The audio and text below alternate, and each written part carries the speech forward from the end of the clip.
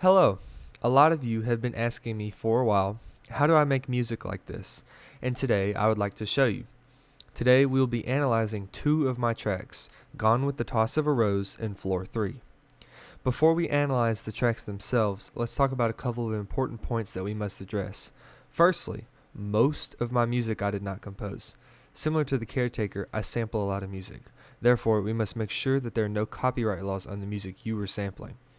If you do what I do, go to archive.org and there will be lots of free music to find there.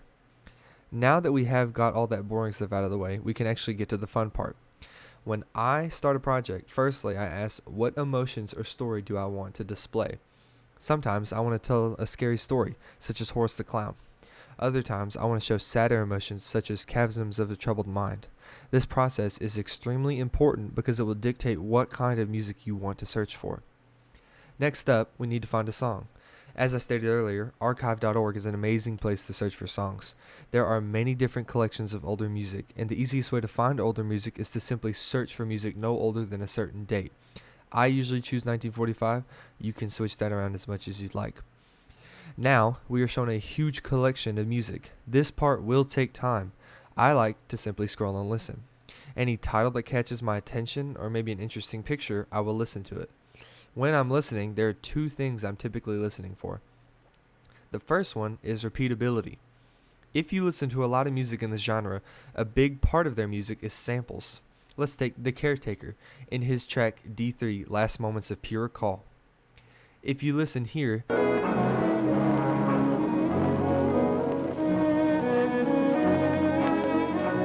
you can hear that it repeats in each track, except maybe a few do this. It's a big symbol for the stutter of a record player, symbolizing decay, but also the gradual onset of dementia. When I search for music, the repeatability of the section you want to use is very important.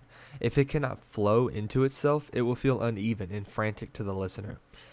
The second part is enjoyability. Do you like it? Does it reflect what you want to express?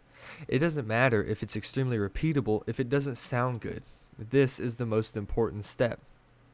So now you have a song. Now I'm going to show you how I made the two tracks I mentioned before in the video. So let's head over to Ableton and begin. Hello guys, we are in Ableton right now. So this is a DAW, Digital Audio Workstation. This is Ableton Live. I use this because it's what I just use to make my music in. It does cost money. However, there are some free ones. I know Reaper is free. There's BandLab, which is a website. This is pretty important in creating it. I mean, I've heard that you can do it in Audacity, which is completely free.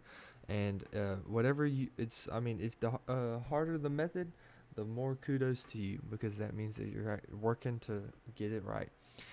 So here we are with one audio file. Here you are. That's the name of the song for Gone with the Toss of a Rose. Now, once you have your song, you want to import it into your DAW so you can work on it. So let's listen to it real quick.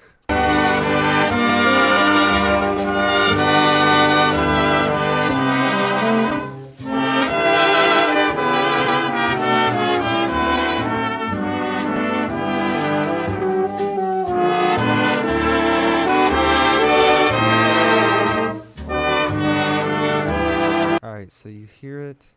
Now, a lot of times in the music, a big thing that I learned when I started is when you import an audio file especially into a DAW, it has this tempo up here. When you import any audio file, it automatically moves it to that tempo. So you need to unclick warp, and it'll sound a little bit different just because it's not based on that tempo anymore, and it's in the tempo that you recorded it. And that's pretty important because if it's a really slow tempo, it'll clip parts of the song to get it to go to the tempo, and you don't want that. So we have our song, and so this is just a little bit because I didn't want to download the entire song, so I just recorded most of the part that we listened to. So we listened to that first part, and for this song, the sample that I used was the first part of the song, but there's another part. There's a lot more parts. There's this piano part right here.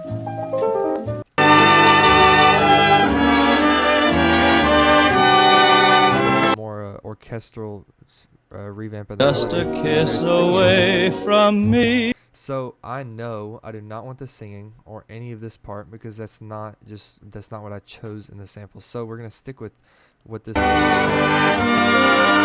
let's just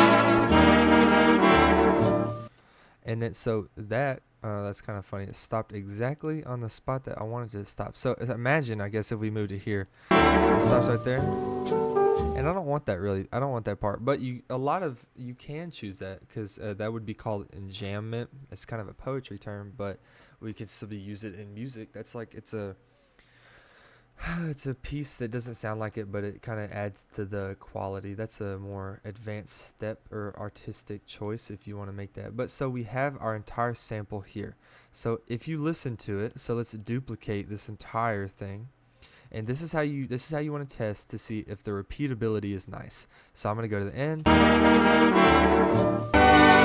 Okay, so it's a little bit just sudden, so we might want to, you don't want that noise. Like, you can physically hear that it just immediately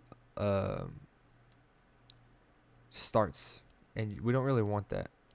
So what we're going to do is, I think I might have duplicated it a little, cut off a little bit of the start, but let's see what this sounds like. Yeah. So that sounds a lot better. In musical terms, when we have something repeat, it's literally called a repeat, and it just plays the same part, and you want it to sound like it's just a normal piece of music and they just went into a repeat and played it again. So if we play it right there, that sounds good. So that's how I loop the parts, and that makes it easy and quick. And so once you have that down, that's really the hardest part. Now we get into creative liberties. So this is an audio file, and in DAWs I can add effects. So right here, my audio effects, I have a huge list of just all the different effects that I can choose from. Now, there are a couple that I use specifically that are really good for the genre that I work in. Number one, of course, is reverb. Reverb makes it sound like it's kind of, imagine music playing in a hallway. So let's listen to what this sounds like. So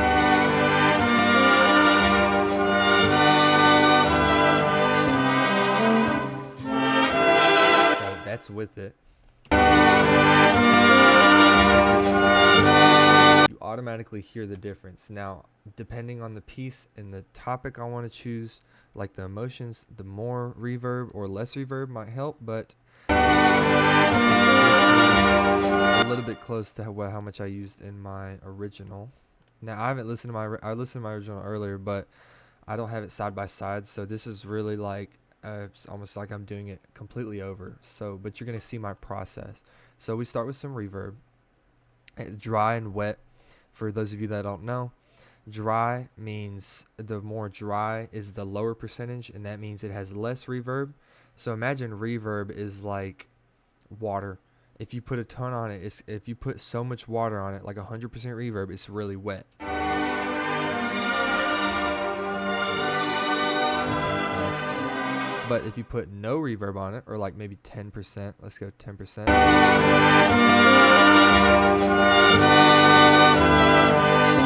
It barely has any. So we're going to stick with 40% for the purposes of this video.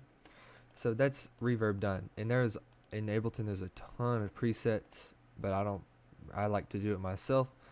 And so we have reverb. Now, here is another one that's pretty popular, delay. Now, delay is very like determinant on the song. Libet's Delay by the Caretaker is literally got in the name, and it does have a lot of delay. Now let's listen to what this sounds like. Right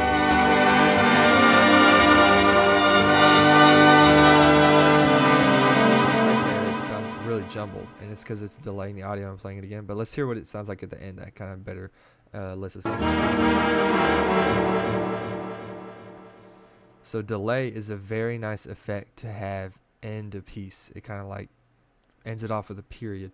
So that's usually, I'll put a low delay, like 10%, maybe 15%, and I'll let that play. See,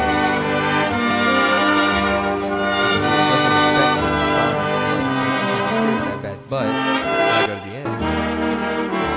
end, you can hear it a little bit. It's not that loud in this instance, but in a lot of other songs, you can hear that delay at the end, and that's a really good ending statement piece. So we'll leave, let's say 15%. Let's see how that sounds. Yeah, there we are. And so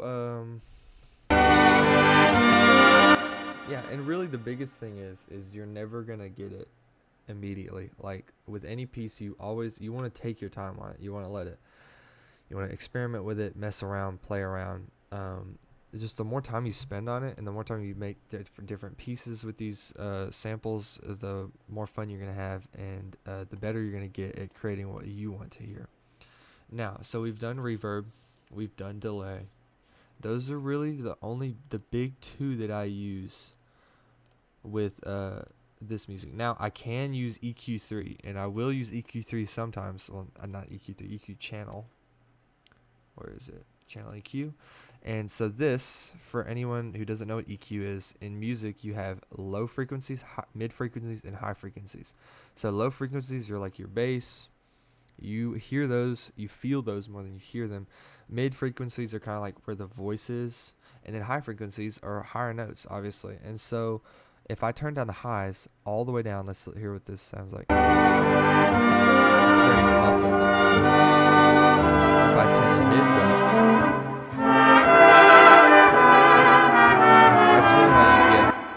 that's a technique I learned. That's really how you get a phone call sound. So in a lot of my songs on my other channel, the Mateo Aguilar, like the pop music, if I want a vocal to sound like it's on a phone, that's how you do that.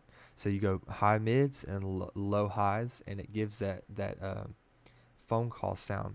So for this purposes, we want this highs, it's really high. But for this purposes, we just bring down the lows maybe to 5, and then bring up the that sounds fine. That's not how the original sounds. Yeah, I'm gonna delete the channel EQ because that's not what the original sounds like. So we're just but channel EQ is a really good one to know because it can really change as you heard, the complete sound of the song. Now, a lot of you are thinking, okay, it has song, but a lot of your songs have vinyl crackle. Where is that? So vinyl crackle is a big addition because it clearly, when you hear vinyl crackle, you clearly think it's on a vinyl. And that can affect the sound and the emotions of the song completely. So a lot of songs on archive.org do naturally come with vinyl crackle because they record it from a record player and it had vinyl crackle, and so that's what they keep in. But a lot of them don't, like this one. So what we're gonna do is we're gonna go into samples. I'm gonna look up vinyl. It should be somewhere down here. I might be in the wrong tab, but nope, vinyl. And you go to vinyl dirt, and this is what gives us our sound of that vinyl. Now it's really loud, so brace yours a little bit. Yeah, that's a little too loud. So I'll usually add something. Very subtle. Vinyl crackle shouldn't be something that you think about. A lot of my early songs, you can hear it, and some people have commented on it rightly so. The crackle's too loud. You don't want it to be too loud. Now, if you're using that as a symbol, yes, because it can symbolize, like in the Caretakers, everywhere at the end of time. I believe that's what it's called. I don't even remember, but it should be that. the deeper in the stages you go, the louder the crackle and the more it is, and that symbolizes plaque buildup. But I don't want that because I'm not going for that message. So I just want it to sound like it's old. So this one's very high, so I might add an EQ to get rid of those highs because those kind of hurt my voice.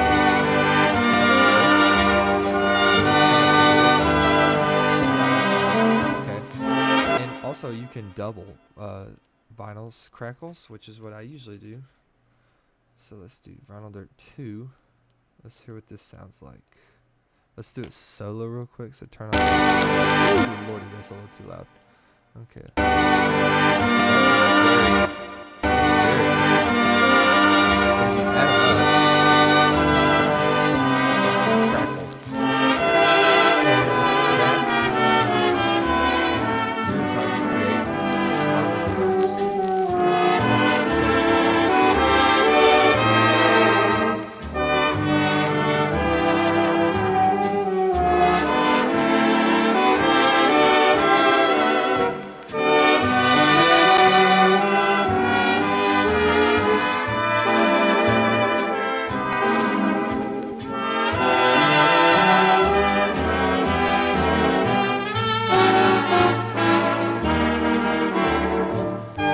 I nearly forgot one of the most important parts. I apologize. Okay, so we have the basis down. There's just one more step that's very important. So we have the dirt down, the vinyl dirt. If you want to add artificial vinyl dirt, we have effects, we have slicing and sampling.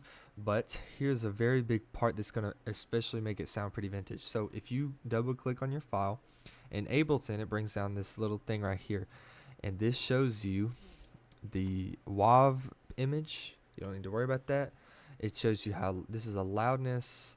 There's all this stuff, but all we want to look for right here is pitch. Now this changes the pitch. So if I turn it up really high, it'll speed it up. So like Alvin and the Chipmunks. I'm not gonna do it right now. I could, but it'll make it sound like, if you put a voice in there, it'll make it sound like Alvin and the Chipmunks. And then if we slow it down really low, we're already getting to kind of like caretaker territory right there. So I never go below 10 unless I intentionally want it to sound like that, like Gas on And Everything Was Quiet. Something, I don't remember what the album's called, but it's on that album. But usually I'll stick around 5. 5 is a good one. Alright, let's see. I think yeah.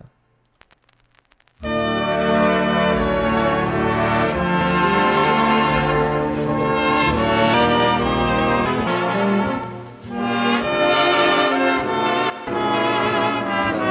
So it's probably not what the original sounds like. However, let's listen to what this sounds like.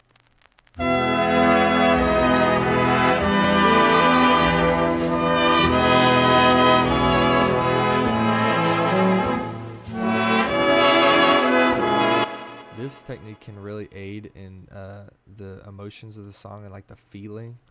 I like to do it on all of my songs. I usually mess with the pitch, but you don't have to if you don't want to. It's just kind of what I like to do, and it makes me happy with my music, and that's all that matters. So I'm going to duplicate this real quick. It's gonna take a second because it takes forever to scroll to the side. Yeah, I'm not doing all that. Yeah, I'm not gonna do that. Okay, I'll just duplicate right there, move this down, and there we go. This should be it. Let's see. Alright, so we're just pitched down 1, so it's not that big of a difference. This is how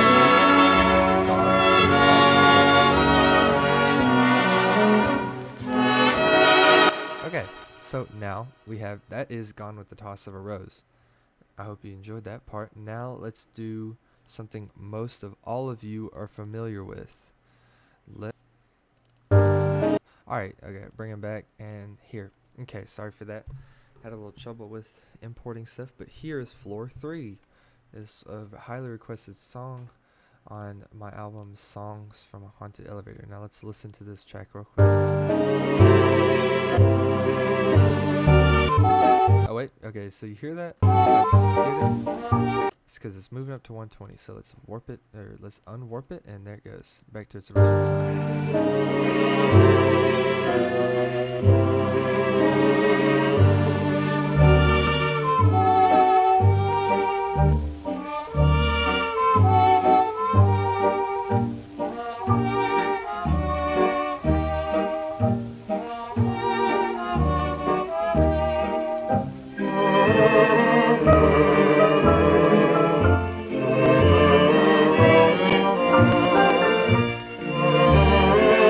Alright, so you get the idea. That's the song. Now you might hear that sounds a little faster than the normal one. So that's where we come in with the pitch thing. So I'm not going to do that yet because I want to, let's sample it first.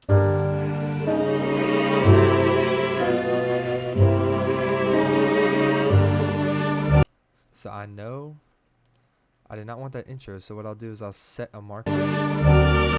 So that's where I want it to start. So I'm going to delete all this front stuff. So we know we want it to start here. So let's listen.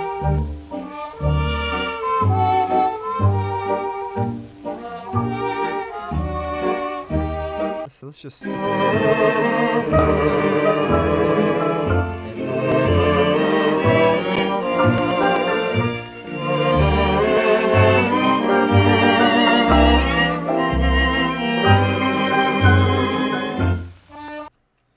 So I believe this is where it ends. So if really just to test that, like just make another audio track and then drag this down,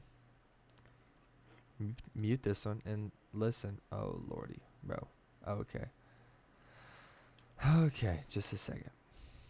Okay, why is it not just usually? I just want to copy that. There we go. Okay, now let's duplicate it and then listen right here. So that one, it's a little too harsh.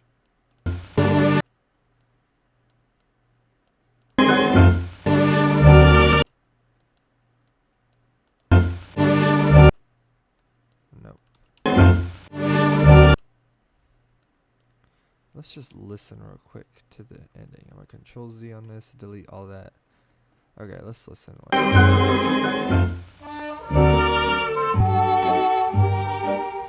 Okay, so it literally just repeats right there. Yeah, so right here, you know it's gonna be somewhere where that loop is perfect. So let's just delete most of this, and now we just want to work right here. So let's see. So we might move this a little bit.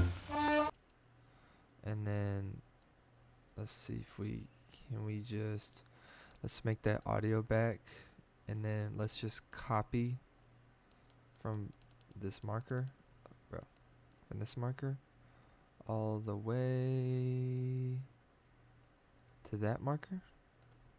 Press Control C for copy, and then let's paste it, and then mute that, and then let's duplicate it.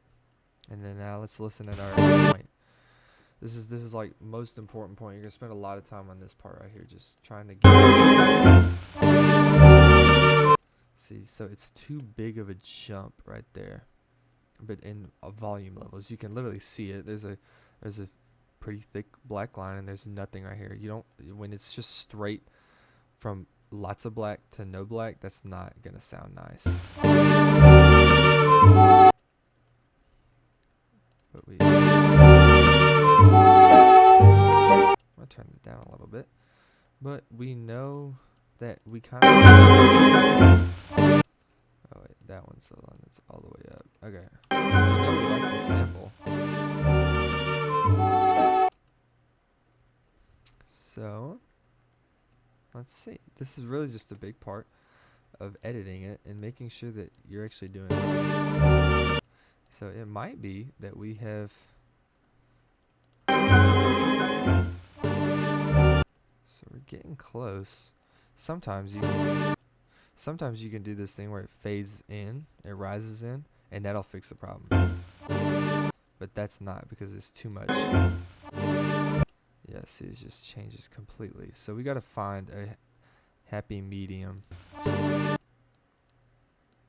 to where this starts to where they rise to the same point. And wherever that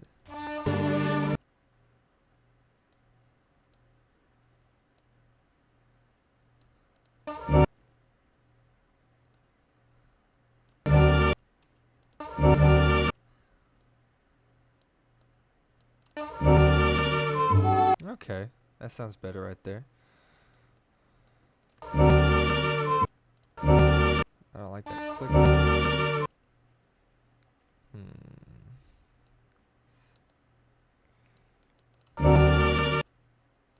Those clicks are not nice.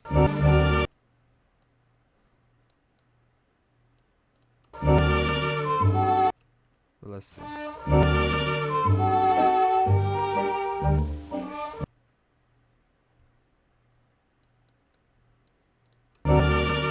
Wait, is that better? Okay, for the sake of the video, we'll stop right there with the editing. Now, when I actually made it, it was a lot cleaner than that, but that's just how we want it right now, and that's perfectly fine. So let's move those to the start, get rid of these, and okay, so we have that. Now let's pitch our music down. Is it all gonna pitch down at the, nope, it's not gonna all get pitched down at the same time. That's unfortunate. So we'll move, we'll just, why won't they pitch down at the same time? I don't understand. Let's see, okay, so let's pitch them down to 3. That didn't mess with it, did it? Yep, it did. Okay, so I'm just gonna move them so they don't, you don't really want them interfering with each other because then they'll harm each other. Okay, so let's listen now. That is too low.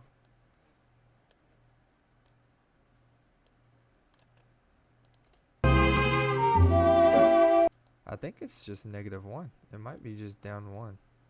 Because it sounded like, yeah, I think it's that one right there. So let's listen. Yeah. Okay. So we have the pitch, and then let's see if it clicks nicely. Not really, but you know, I don't want to what you understand the process as to why. It might just be need a little bit more. Yeah. Something like that. Okay, so let's delete this audio. Now, listening to it, we already hear that there's a ton of crackle in the background, so we don't need to add any final. However, we do want to mess with the audio effects, so there's some reverb on there. That's too much reverb. It's too low. I like that. It's very subtle, but it's still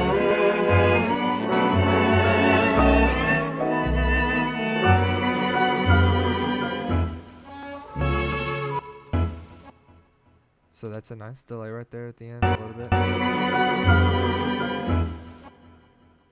Yeah, okay, so we have the delay, the reverb, and that sounds like it.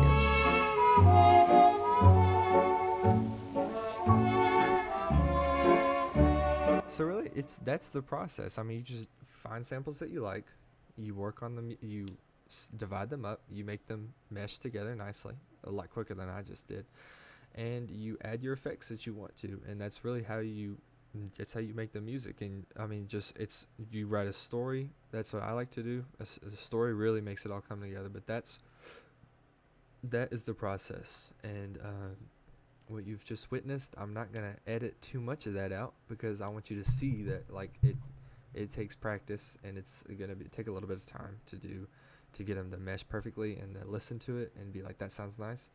But really, other than that, that's about it for making the songs. And then, I mean, I can make a video about how I write my stories if you guys want that. But this is how you make a Nightworker song. So I hope you have a grand day or night wherever you are. I love you all, and I will see you in the next video.